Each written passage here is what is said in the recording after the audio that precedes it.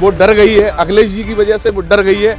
सारी भारतीय जनता पार्टी एक तरफ है और माननीय अखिलेश जी एक तरफ है। राशन इससे पहले भी जो सरकारें रही उन्होंने भी बांटा है, लेकिन ये ढोला पीटने में नंबर 1 मोदी और योगी। साइकिल को वोट देंगे। वोट है आपकी? मम्मी का है। अच्छा। हाँ। पापा का है, पापा देंगे साइकिल को वोट। उसके पास कोई एजेंडा ही नहीं भाजपा के पास।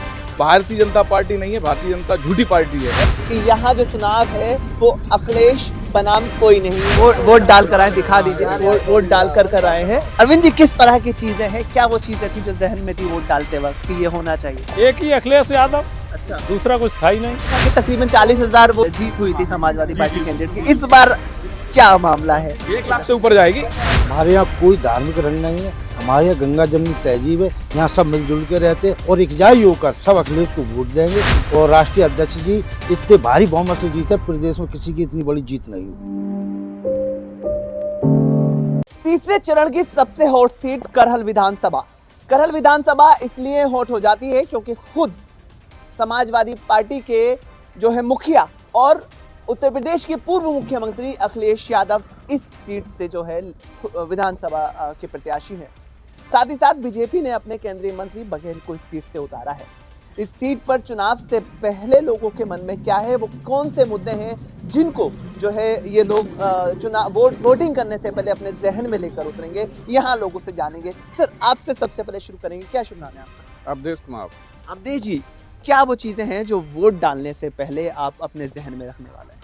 देखिए, यहाँ पर जो है माननीय नेताजी का ये संसदीय क्षेत्र है, जिनसे उनके सुपुत्र राष्ट्रीय अध्यक्ष जी अखिलेश जी यहाँ से चुनाव लड़ रहे हैं। नेताजी ने यहाँ बहुत कार्य किया है। हमारे पूरे क्षेत्र में सड़कों का जाल बिछा हुआ है और यहाँ जो है एकदम गंगा जमुनी सभ्यता चलती है। सारे हिंदू मुस्लिम सब एक साथ रहते हैं।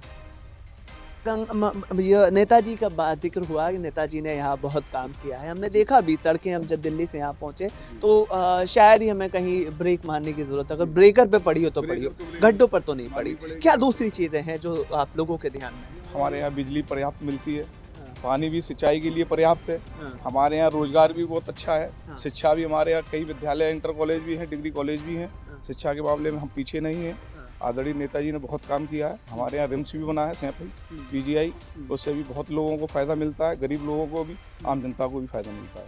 गरीबों को भी फायदा मिलता है, आम जनता भी उस सब तमाम चीज़ों का, जाहिर जो सहूलियात हैं वो तमाम लोगों के लिए होते हैं, उसका तमाम लोग फायदा उठाते हैं। आपसे जानेंगे, बड़ा हॉट सीट बनाया जा रहा है इस सीट को, बोलना चाहेंगे आप? बहुत हॉट सीट बनाया हुआ है। आपसे जानेंगे सर, बहुत हॉट सीट बनाया जा रहा है और दिखाया जा रहा है कि बड़ी सीट पे फाइट है, बड़े सारे मुद्दे हैं और खुद जो है एक वक्त में ये भी कहा गया कि अखिलेश यादव सेफ सीट पे जा रहे हैं, दूसरे वक्त में ये भी कहा गया कि बीजेपी बघेल उनको टक्कर देंगे यहाँ पे आके। तो बघेल खुद को मुलायम सिंह यादव का शागिर्द भी बताते हैं, तो एक तरफ शागिर्द और दूसरी तरफ बेटे, क्या कहेंगे? ये हॉट सीट तो मीडिया ने बनाई है, कोई हॉट सीट नहीं है। एक तरफा वोट राष्ट्रीय अध्यक्ष जी के लिए है। यहाँ लोग ऐसे फालतू में हॉट सीट बना रहे हैं। शागिर्द का भी यहाँ कोई अस्तित्व नहीं है। भले नेताजी का शागिर्द रहा हो, लेकिन उसका यहाँ कोई अस्तित्व नहीं। जिस ऊंचाई पे आज वो शागिर्द अपन को मानना है, उसका भी श्रेय नेताजी को ही जाता है।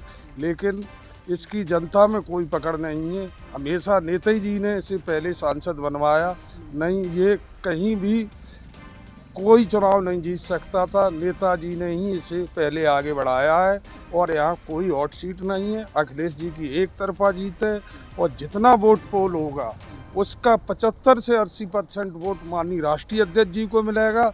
20% वोट में ये सारे लोग हों, कोई हॉट सीट नहीं। शामिल होने आ रहे हैं यार, सैपाई में शामिल होने बघेल जी आ रहे हैं, वोट डालने के लिए आ रहे हैं। अच्छा, और क्या कहेंगे? सैफई में वोट डालने आ रहे हैं तो इस्तेमाल करेंगे? शामिल होने आ रहे हैं वो। अच्छा। हाँ, अब ये चुनाव हो जाए उसके बाद बघेल जी इसी सभा में आ जाएंगे। अच्छा, बघेल जी के बारे में बात कर रहे हैं। पहले से ही समाजवादी पार्टी के रहे, नेताजी के आशीर्वाद से एमपी बने। उन्होंने कई रंग बदले हैं, कई तरह के। अच्छा। हाँ, बसपा हो चाहे भाजपा हो, कई तरीके के रंग बदले हैं। उनका कोई भरोसा नहीं है। पहले वो ठाकुर थे, फिर बीसी हुए, अब एससी हुए। उनका कोई नहीं है, कहीं कुछ नहीं है। यहाँ मुख्य मुद्दा है इस टाइम, एक तो जब से बीजेपी यहाँ शासन में आई है, बिजली की दरें इतनी हाई हो गई हैं कि लोग परेशान। दूसरी समस्या है आवारा पशु। सारा जो है थोड़ा बहुत गल्ला दे देते हैं और आवारा पशु तो हजारों एकड़ जमीन उन्होंने बर्बाद कर दी। ये मुख्य मुद्दा, दो चीजें ऐसी हैं। तीसरी है बेरोजगारी। इस सरकार में कोई नौकरी नहीं। इन वजहों से लोग सभी जो है राष्ट्रीय अध्यक्ष को पूर्ण बहुत लंबी ऐतिहासिक जीत से हम विजयी दिलाए। अच्छा, कई तरह के मुद्दे उठाए जा रहे हैं सर, आपसे जानेंगे आएंगे आप लोगों के पास भी कई तरह के मुद्दे उठाए जा रहे हैं। ध्रुवीकरण भी करने की कोशिश है और मजहबी रंग यानी धार्मिक रंग भी देने की कोशिश है। किस तरह से इसको देख रहे हैं? हमारे यहाँ कोई धार्मिक रंग नहीं है। हमारे यहाँ गंगा जमनी तहजीब है। यहाँ सब मिलजुल के रहते हैं और एकजाई होकर सब अखिलेश को वोट देंगे। और राष्ट्रीय अध्यक्ष जी इतने भारी बहुमत से जीते, प्रदेश में किसी की इतनी बड़ी जीत नहीं है। अच्छा, मुलायम सिंह यादव की बहू भी यहाँ प्रचार करने की बात आ रही थी, उस तरह की चीज थी। तो अपर्णा यादव या तमाम इन चीजों का कोई फर्क पड़ने वाला है? कोई जीरो, कोई फर्क नहीं पड़ता। चाहे वो अपर्णा जी चाहे खिलाफ भी लड़ती, कुछ भी, यहाँ कुछ वोट नहीं। इतना परिचय है कि वो मुलायम सिंह जी की पुत्रवधू हैं बस, और इसके अलावा कुछ नहीं है। और जब हमारे लोग हमारे खिलाफ होंगे तो बिल्कुल उनका सम्मान भी हमारी नजरों में गिरेगा। दिलचस्प चीज ये है कि एक छोटा सा बच्चा जो है यहाँ पर आपको साइकिल में समाजवादी पार्टी का झंडा और सर पर समाजवादी पार्टी की टोपी लेके सुबह सुबह यहाँ साइकिल चलाता हुआ मिल गया। मतलब आप सोचें कि अभी वोटिंग शुरू ही हुई है और साइकिल को वोट देंगे। वोट है आपकी? मम्मी का है। अच्छा, पापा का है, पापा देंगे साइकिल को वोट। अच्छा, तो मम्मी पापा साइकिल को वोट देंगे। हाँ। और आप साइकिल का प्रचार कर आपको पता है आज प्रचार नहीं कर सकते ऐसे?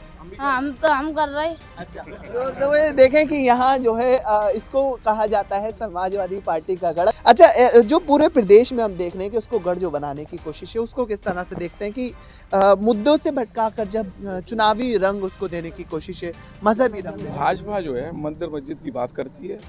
हमारे यहाँ कहीं कुछ नहीं है, उसके पास कोई एजेंडा ही नहीं। भाजपा के पास भारतीय जनता पार्टी नहीं है। भारतीय जनता झूठी पार्टी है।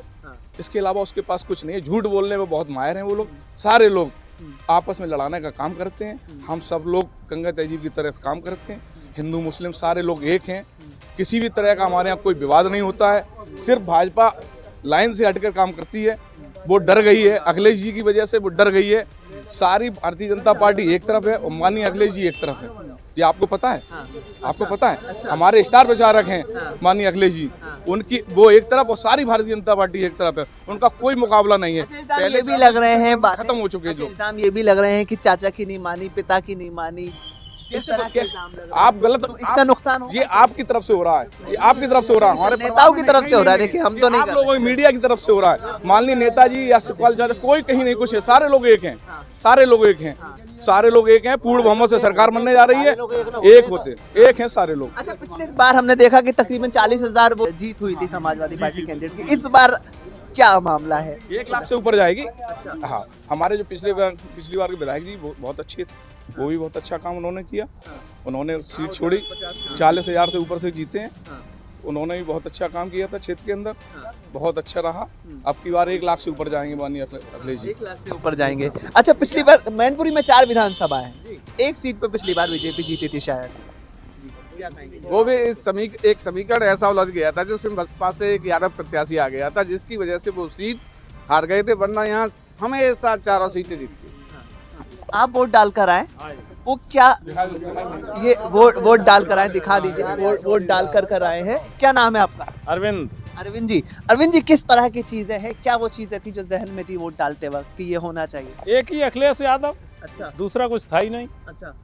विदेश में मुद्दे भी बहुत हैं, कई तरह की चीजें उठ रही हैं। क्या वो मुद्दे भी थे सरकार के बदलाव को लेके? तमाम चीजें, महंगाई, बेरोजगारी और ये अराजकता, साड़, किसान मरा जा रहा बेचारा, किसान की दुर्दशा है, सब खा रहे सब। और जो इधर से 2 किलो दे दो और उधर से खाएगा क्या किसान बाद में? अब कुछ है ही नहीं। पूरा क्षेत्र, हाँ, गाँव में सब खिला दिया। और पूरी की पूरी सरकार उपलब्धियां भी गिना रही है, जिसमें एक बड़ी उपलब्धि जो है वो कोरोना के दौरान में गरीबों को राशन बांटना है।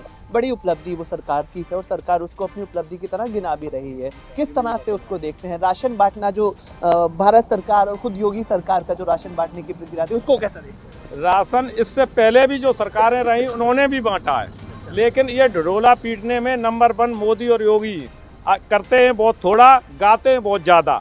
और दूसरा, यहाँ से जो आप कह रहे हो समाजवादी पार्टी के जितने एक्सप्रेस वे पे और जितना जो गरीबों की और उनकी आने वालों की इतनी मदद की है, इसका कोई जवाब नहीं है। साफ यहाँ जो लोगों का कहना है वो कहना है कि यहाँ मुद्दे तो हैं, लेकिन एक चीज क्लियर है कि यहाँ जो चुनाव है वो अखिलेश बनाम कोई नहीं है। यानी सीधा सीधा इन लोगों का कहना है कि यहाँ से समाजवादी पार्टी के मुखिया राष्ट्रीय अध्यक्ष जो हैं अखिलेश यादव जी, वो इस सीट पर बड़ी जीत जो है वो ये लोग कह रहे हैं कि दर्ज उनको कराने जा रहे हैं।